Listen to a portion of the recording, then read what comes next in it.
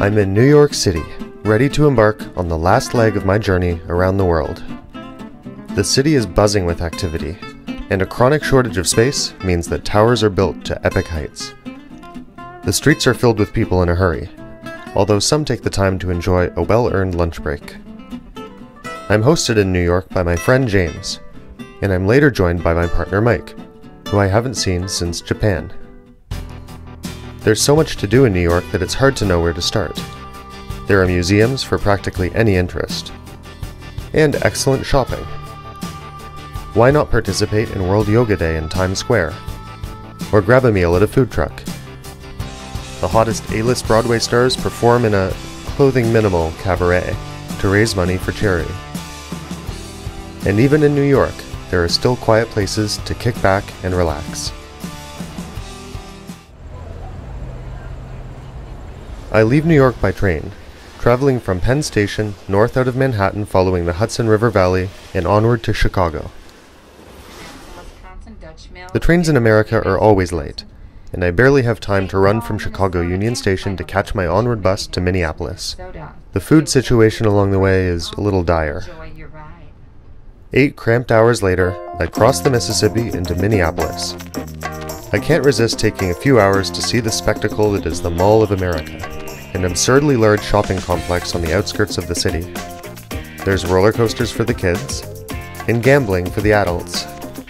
At this special exhibit, you can get the Barbie Dreamhouse experience. One storefront is dedicated to some guy's effort to build the world's largest scale model of a battleship entirely out of Lego. You can even get married here if you want. As I wait at the Minneapolis train station, there is a strong sense of nostalgia for the past glory of the railway. Everyone in line is so excited. We're about to take a train across America. Even coach class is quite comfortable. I like spending time in the cafe car, where you can enjoy a beverage or pass the time playing a game of cards.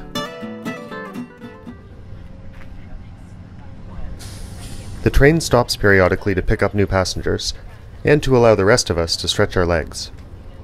At one stop, I'm surprised to learn that one car is full of Amish travelers. All 35 members of this man's family are heading to Montana for his brother's surprise birthday party.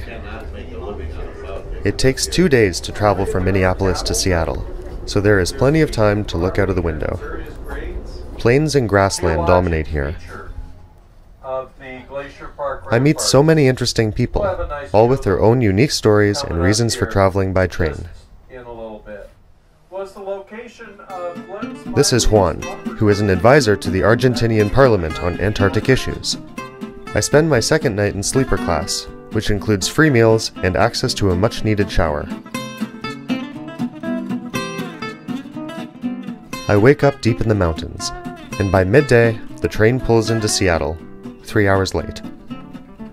I have just enough time to catch my bus north to the Canadian border. When I finally arrive in Vancouver, I rent a nearby share car and drive back home.